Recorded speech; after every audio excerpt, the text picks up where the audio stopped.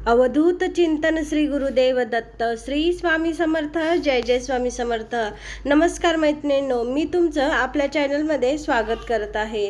तर मैत्रिणींनो, धार्मिक मान्यतेनुसार पितृपक्ष दरवर्षी भाद्रपद महिन्याच्या शुक्ल पक्षाच्या पौर्णिमेपासून सुरू होतो। भाद्रपद महिन्याच्या शुक्ल पक्षाच्या पौर्णिमेपासून सुरू होतो आणि आश्विन महिन्याच्या कृष्ण पक्षातील अमावस्येपर्यंत असतो। म्हणजेच पितृपंधरवडा हा 18 सप्टेंबर रोजी सुरू होणार असून 2 ऑक्टोबर 2024 रोजी संपणार आहे। तर या काळात सौभाग्यवती स्त्रियांनी कोणती कामे करू नयेत, कोणती कामे करावीत, तसेच या काळात येणारे सण उत्सव आणि या काळात येणारे बर्थडे वगैरे आपण साजरे करायचे की नाही याबद्दलची आपण माहिती पाहणार आहोत। तर मैत्रिणींनो, तुम्ही जर चॅनलवर नवीन असाल तर चॅनलला सबस्क्राईब करा, व्हिडिओला लाईक अँड शेअर करा, सोबत बेल आयकॉन देखील प्रेस करा। त्यामुळे आपले जे काही नवीन व्हिडिओ असतील ते तुम्हाला सगळ्यात आधी पाहायला मिळतील। तर पितरांसाठी हा पंधरवडा अतिशय चांगला असतो आणि या काळात आपण आपल्या पितरांचे श्राद्ध, पिंडदान, तर्पण या विधी करू शकतो। या विधी केल्याने, पितरांची सेवा केल्याने आपल्या घरात पितृदोष अजिबात टिकत नाही आणि पितृदोषापासून आपल्याला मुक्ती मिळते व पितरांचे आशीर्वाद देखील मिळतात। ही झाली पितृसेवेबद्दल माहिती। पण या काळात आपण आपल्या पूर्वजांना दुःख वाटू नये, आपले पूर्वज दुखावू नये म्हणून आपण कोणत्या गोष्टी करायच्या नाहीत आणि कोणत्या गोष्टी करायच्या याबद्दल आता आपण माहिती पाहूया। या काळात विचारला जाणारा सर्वात पहिला प्रश्न म्हणजे आपण पूजापाठ करू शकतो का, आपण तुळशी पूजन करू शकतो का। तर मैत्रिणींनो, आपण आपल्या घरातील जे काही रोजचे दैनिक पूजाविधी आहेत ते पूजा आपण करू शकतो। ही आपल्या घरातील देवपूजा आपल्याला करायचीच आहे आणि तुळशीच्या पानामध्ये सकारात्मकता असते, त्यामुळे आपण तुळशीचे पूजन हे करायचेच आहे। आपल्या घरात सकारात्मकता टिकून राहण्यासाठी आपण तुळशीचे पूजन हे रोजच्या रोज करायलाच पाहिजे। आता काही ठिकाणी सूर्याला अर्घ्य दिले जात नाही तर काही ठिकाणी सूर्याला अर्घ्य दिले जाते, कारण का या काळात अर्घ्य दिल्याने ते पितरांना समर्पित होते असा काही जणांचा समज आहे। त्यामुळे ज्यांच्या घरी जशी प्रथा आहे तसं त्यांनी या सूर्याला अर्घ्य द्यायची प्रथा असेल तर तुम्ही नक्कीच द्यावी आणि ज्यांच्या घरी हा विधी पाळला जातो तर त्यांनी नक्कीच पाळावा। शक्यतो आपण हा विधी पाळण्याचा काही विषयच येत नाही। आपण सूर्य आपल्याला दिसत असतो, त्यामुळे आपण सूर्याला अर्घ्य दिल्यावर ते सूर्यालाच अर्पण होते। आपण पितरांसाठी दुसरा एक उपाय आहे पाणी ठेवण्यासाठी, तो आपण थोड्या वेळाने पाहणार आहोत। तर मैत्रिणींनो, दुसरा विचारला जाणारा प्रश्न म्हणजे या काळात आमच्या मुलाचा बर्थडे आहे तर आम्ही मुलाचा बर्थडे करू शकतो का। तर तुम्हाला शक्य झाले तर टाळलं तर ठीकच आहे, पण तुम्हाला जर बर्थडे करायचाच असेल तर तुम्ही तुमच्या मुलांचं फक्त औक्षण करून तुम्ही बर्थडे करू शकता। या काळात तुम्ही मुलांना नवीन कपडे परिधान करण्यास न दिलेलीच चांगली। अगदीच तुम्हाला वाटत असेल तर तुम्ही हा बर्थडे अतिशय साध्या सोप्या पद्धतीने घरातल्या घरात हा बर्थडे करू शकता। अगदी थाटामाटात या काळात कोणतेही शुभ कार्य करायचे नाही।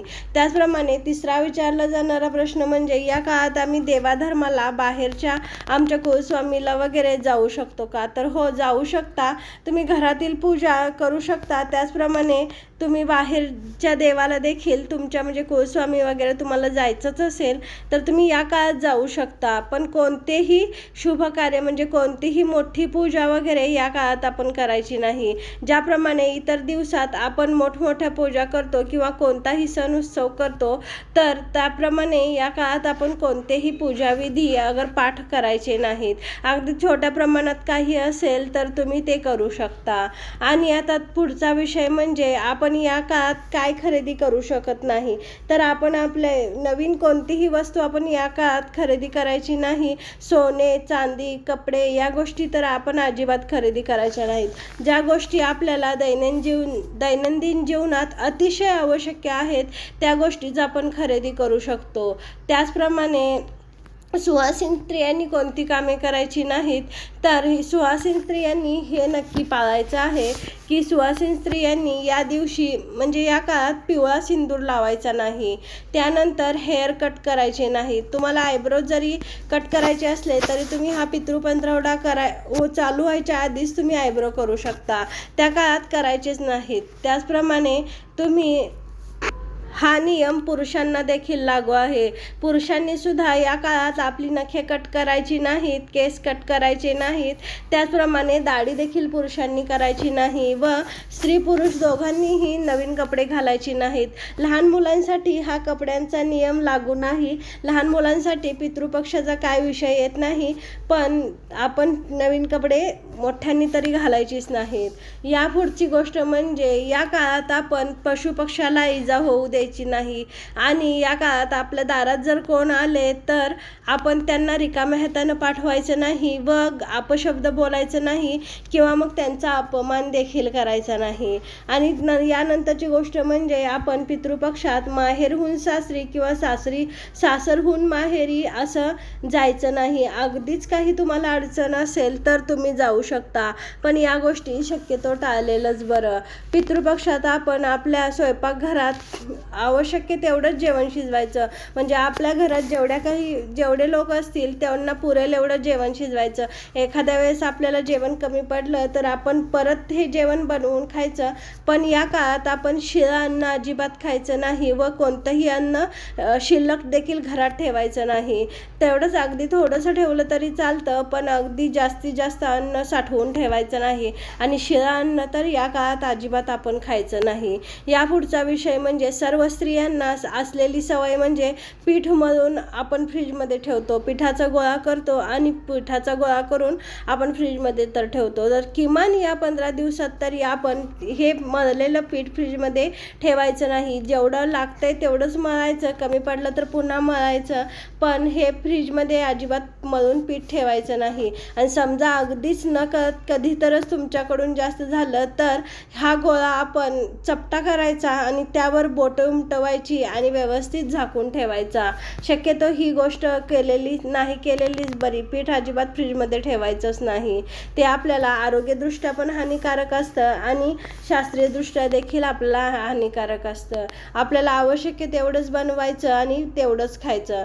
आणि आपल्या देवघरासमोर आपण आता मी मगाशी तुम्हाला म्हटले की आपण आपल्या पितरांना पाणी कसं देऊ शकतो, तर आपण आपल्या देवघरासमोर एक पाट ठेवायचा आहे आणि त्या पाठावर एक आपण ग्लास किंवा तांब्या भरून पाणी ठेवायचं आहे. तुम्ही हे पाणी देवघरासमोर देखील ठेवू शकता किंवा मग तुम्ही तुमच्या किचनमध्ये देखील हे पाणी ठेवू शकता. त्याचप्रमाणे या 15 दिवसाच्या काळात आपण तामसिक भोजन घ्यायचं नाही, कांदा लसूण खायचा नाही. त्याचप्रमाणे आपण या काळात नॉनव्हेज अजिबात खायचं नाही. तुम्ही एक वेळेस कांदा लसूण खाल्ला तर चालेल, पण नॉनव्हेज अजिबात खायचं नाही. आणि कांदा लसूण टाळणं शक्य झालं तर तुम्ही नक्कीच टाळा.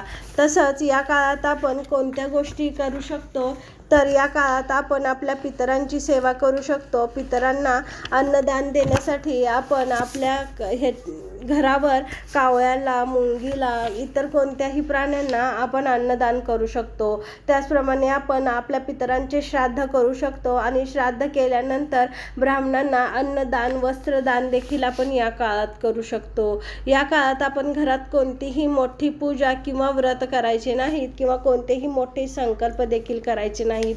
तुम्हाला तुमच्या मंदिरात जायचं असेल तर तुम्ही जाऊ शकता, पण कोणतीही मोठी कार्य या काळात करू नका.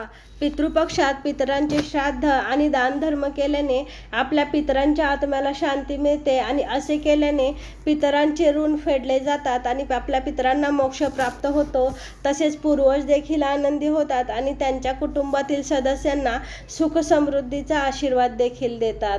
त्यामुळे आपण नक्कीच या काळात आपल्या पितरांचे तर्पण व श्राद्ध करावं आणि पितरांचे आशीर्वाद मिळवावेत. तर मैत्रिणींनो, झालेली सेवा श्री स्वामी समर्थ महाराजांच्या चरणी रुजू. श्री स्वामी समर्थ. जय जय स्वामी समर्थ.